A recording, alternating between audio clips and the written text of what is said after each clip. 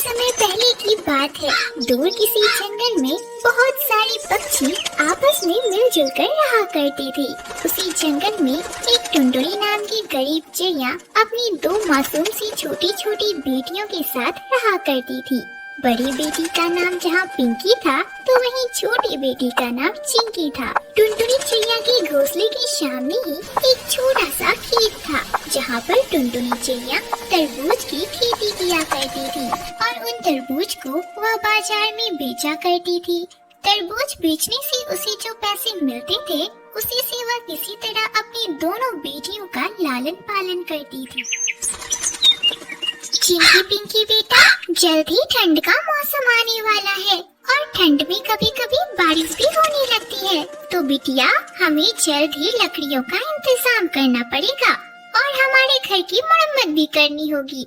अगर हमने अपने घोंसले की मरम्मत नहीं की तो वह बारिश में टूट जाएगी। हाँ माँ, हम दोनों जब बाहर खेल रहे थे तो पक्षी आंटी लोग बातें कर रही थी कि जल्दी बारिश होने वाली है। हाँ बिटिया, इसलिए मैं जंगल में लकड़ियाँ ढूंढने जा रही हूँ, तो तुम दोनों घर पर ही रहना और अपना ध्यान रखना। मम्मा मम्मा, हमें भी अपने साथ जंगल लेकर चलो ना, हम आपकी लकड़ियाँ ढूंढने में मदद करेंगे और हम भी कुछ लकड़ियाँ उठा कर लाएंगे। नहीं नहीं पिंकी बेटा, आप दोनों अभी बहुत छोटी हो, आप दोनों जब थोड़ी बड़ी हो जाओगी तब मेरे साथ जंगल जाना। अच्छा, अब मुझे देरी हो रही है, अब मैं चलती हूँ। इतना बोलकर टुनटुनी चिड़िया लकड़ियों की तलाश में जंगल के लिए निकल पड़ती है। वह जंगल पहुंचकर कई जगह लकड़ियों की तलाश करती है पर उसे एक भी लकड़ी नहीं मिलती और वह निराश होकर घर वापस आ जाती है।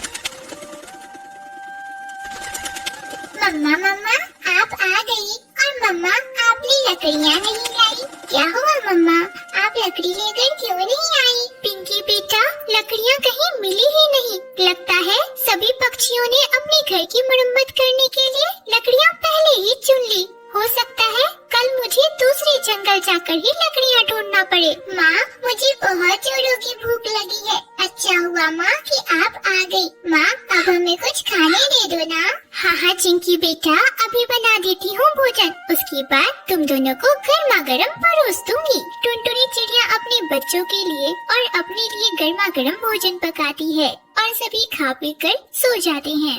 जब आधी रात होती है तो कड़कती बिजली के साथ जोरों की बारिश होने लगती है, जिसे सुनकर टुनटुनी चिड़िया की नींद खुल जाती है। अरे ये क्या, कितनी जोरों की बारिश हो रही है। अगर लगातार ऐसे ही बारिश होती रही तो मेरा यह घोंसला टूट जाएगा, तब मैं अपने बच्चों को लेकर कहाँ जाऊंगी? हे भगवान, मुझ जैसी गरीब चिड़िया पर रहम कर बारिश रोक दी भगवान, बारिश रोक दी। पर बारिश कहाँ सुनने वाली थी, वह तो लगातार होती ही जा रही थी। अब तो तेज तूफान के साथ जंगल में बारिश होने लगी थी, जिसकी वजह से टुनटुनी चिड़िया का घोंसला पूरी तरह से टूट जाता है और वह किसी तरह अपनी दोनों बेटियों की जान बचा पाती है। मम्मा मम्मा, अब हम कहाँ जाएंगे? मम्मा, मुझे तो बहुत ठंड लग रही और मम्मा मुझे बहुत डर भी लग रहा है। मम्मा, अब हम कहाँ जाएंगे मम्मा? अरे पिंकी बेटा, तू क्यों घबरा रही है? मम्मा है ना। चिंकी बेटा, पिंकी का ध्यान रखना, मैं अभी पड़ोस वाली काकी से मदद मांग कर आती हूँ। इतना बोलकर टुनटुनी चिड़िया अपनी पड़ोसन सुंदरी कौवी के घर जाती है और उसका दरवाजा ठकठकाते हुए कहती है, सुंदरी बहन, अरे ओ सुंदरी बहन, दरवाजा खोलो ना, देखो ना बाहर कितनी जोरदार बारिश हो रही है और इस बारिश की वजह से मेरा घोंसला टूट गया है। मेरी दोनों बेटियाँ ठंड से कांप रही हैं और बारिश में भीग रही हैं। बहन, दरवाजा खोलो ना। अरे तुम्हारी बेटियाँ बारिश में भीग रही हैं तो इसमें मैं क्या करूँ? मेरे घर में उतनी जगह नहीं है कि मैं तुम तीनों को रख सकूं। यहाँ से चली जाओ तुम। बहन, ऐसा मत बोलो, मेरी बेटियाँ ठंड से कांप रही हैं, उनकी तबीयत बिगड़ जाएगी। बहन, हमें कुछ समय के लिए अपने घर में रख लो, हम थोड़ी देर बाद यहाँ से चले जाएंगे। एक बार मैंने बोल दिया ना कि मेरे घर में उतना जगह नहीं है, अब तुम यहाँ से जाती हो या मैं तुम्हें डंडे मारकर भगाऊं। बेचारी टुनटुनी चिड़िया निराश होकर दूसरे पक्षी के घर के पास जाती है और उसका दरवाजा ठकठकाती है, पर कोई भी पक्षी बेचारी टुनटुनी चिड़िया की मदद नहीं करता और वह निराश होकर अपने बच्चों के पास लौट आती है। मम्मा आप आ गई। मम्मा मुझे बहुत ठंड लग रही। मम्मा मुझे बचा लो, मैं मर जाऊंगी। मम्मा नहीं नहीं पिंकी बेटा, तुझे कुछ नहीं होगा। आ बिटिया मेरे पास आ, मैं तुझे पंखों से ढककर थोड़ी गर्माहट दे देती हूँ। आजा बिटिया। टुनटुनी चिड़िया अपनी दोनों छोटी छोटी मासूम सी बेटियों को अपने सीने से लगा लेती है और अपने पंखों को फैलाकर उन्हें ढक देती है ताकि बरसात का पानी उनके ऊपर ना पड़े। हे भगवान, ये तो मेरी कैसी परीक्षा ले रहा है। मेरी दोनों बेटियां ठंड से कांप रही हैं। अब बस कर भगवान, बारिश बंद कर, नहीं तो मेरी दोनों बेटियां ठंड से मर जाएंगी। तभी अचानक से टुनटुनी चिड़िया के खेत में भरे पानी में से एक तरबूज बाहर निकलता है और उससे एक आवाज आती है, टुनटुनी मेरी बेटी, तुम चिंता मत करो, तुम्हें और तुम्हारी बेटियों को कुछ नहीं होगा। आओ इस तरबूज के अंदर आ जाओ, तुम सभी इसमें सुरक्षित रहोगी।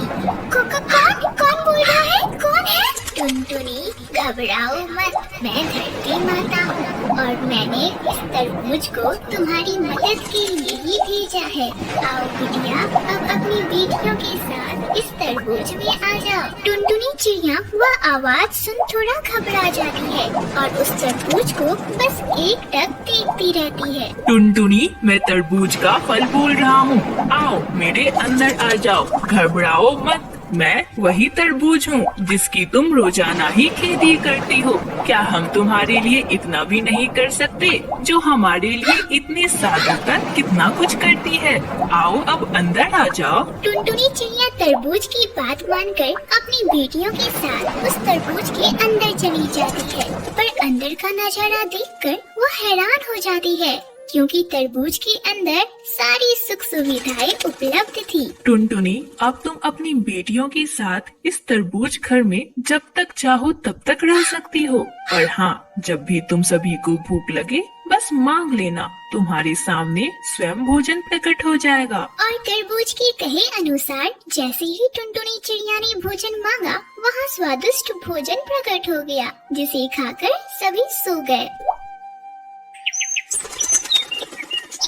जादुई तरबूज, आपका बहुत बहुत शुक्रिया कि आपने उस भारी बारिश में मेरी मदद की।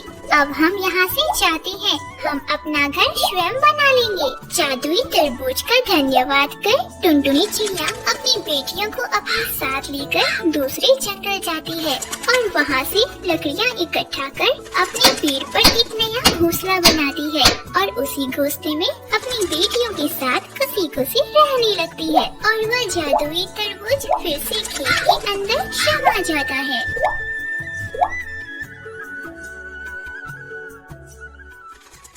दूर एक घने जंगल में बहुत ही प्यारी और मासूम सी चिड़िया रहा करती थी जिसका नाम था टुनटुनी। टुनटुनी चिड़िया के माता पिता बहुत गरीब थे और किसी तरह खेती बाड़ी करके अपना और अपनी बिटिया का लालन पालन कर रहे थे। एक दिन की बात है, टुनटुनी चिड़िया अपने पिता टुन्नू चिड़ा के साथ बाहर बैठी बातें कर रही थी कि तभी वहाँ टुन्नू चिड़ा का दोस्त सेठ कड़कनाथ कौवा अपने बेटे कालू कौवे के साथ आता है। अरे कड़कनाथ, तुम यहाँ? अरे तुम यहाँ कब आए? मैंने तो सुना था कि तुम शहर वाले जंगल में अपने परिवार के साथ रहने लगे हो। अरे टुन्नू, अब मैं क्या ही बताऊं, बड़े ही दिनों से मुझे गांव के जंगल में आने का बहुत मन कर रहा था, पर समय ही नहीं मिल पा रहा था। हाँ दोस्त, जब से तुम गांव के जंगल को छोड़कर शहर वाले जंगल में रहने गए हो ना, तब से तुमने तो यहाँ आना ही बंद कर दिया है। तब तक दोस्तों आप हमारे चैनल को लाइक और सब्सक्राइब कर दें। हाँ दोस्त, आज भी शायद मैं नहीं आ पाता। मैं तो यहाँ अपने बेटे के लिए एक सुंदर सी चिड़िया ढूंढने आया हूँ जो बहुत ही सुंदर और सुशील हो और सीधी साधी भी हो। ये देख, ये मेरा बेटा कालू कौवा है। अरे हाँ, तुम्हारा बेटा कालू कौवा तो बहुत बड़ा हो गया है। अच्छा कड़कनाथ, ये बताओ तुम्हें कैसी चिड़िया चाहिए? टुन्नू, ये चिड़िया जो यहाँ बैठी है ना, ये चिड़िया मुझे बहुत अच्छी लग रही है। मेरे बेटे के लिए यह ठीक रहेगी। जाएगी। वैसे तू बता, ये कौन है? बड़ी सीधी और संस्कारी चिड़िया दिख रही है। अरे कड़कनाथ, ये तो मेरी बेटी है टुनटुनी। अरे टुनटुनी बिटिया, यहाँ आओ। ये देखो, ये तुम्हारे काका हैं, कड़कनाथ काका। अरे टुन्नू, मुझे तुम्हारी बिटिया बहुत पसंद आई। अगर तू अपनी बिटिया की शादी मेरे बेटे कालू कौवे से कर दे तो हमारी दोस्ती ना रिश्तेदारी में बदल जाएगी। हाँ, ये तो बहुत अच्छी बात है, पर तुझे तो मेरी हालत का पता है ना। खेती बाड़ी करके किसी तरह अपना और अपने परिवार का पेट पालता हूँ। हम भला तुम्हारे साथ कैसे रिश्ता बना सकते हैं? तुम ठहरे शहर के जंगल में रहने वाले और कितने अमीर हो, हम तुम्हारा दहेज कैसे दे पाएंगे? अरे टुन्नू, हमें दहेज नहीं चाहिए। भगवान की कृपा से हमारा बिजनेस बहुत अच्छा चल रहा है। हमें किसी भी चीज की कमी नहीं है। तू बस शादी की तैयारी कर और मेरे बहू को मुझे शहर ले जाने दे। और इस तरह टुनटुनी चिड़िया और कालू कौवे की शादी तय हो जाती है। कालू कौवे को टुनटुनी चिड़िया बहुत पसंद थी, क्योंकि हमारी टुनटुनी तो देखने में बहुत ही प्यारी और सुंदर है। कुछ दिनों बाद ही टुनटुनी चिड़िया और कालू कौवे की शादी साधारण तरीके से कर दी जाती है। टुन्नू चिड़िया अपनी बिटिया टुनटुनी को डोली में विदा करता है और टुनटुनी चिड़िया अपने ससुराल वाले के साथ शहर के जंगल पहुँच जाती है, जहाँ रास्ते में शहर के पक्षी टुनटुनी को डोली में आते हुए देखते हैं और बातें बनाने लगते हैं। अरे ये देखो, कालू कौवे की पत्नी तो कैसी डोली में आई है। लगता है उसके घर वालों ने उसे डोली में बैठा कर विदा किया है। अरे पिंकी, तुझे नहीं पता क्या, कालू कौवे की पत्नी गांव के जंगल से आई है, तो उसके माता पिता उसे डोली में ही ना विदा करेंगे।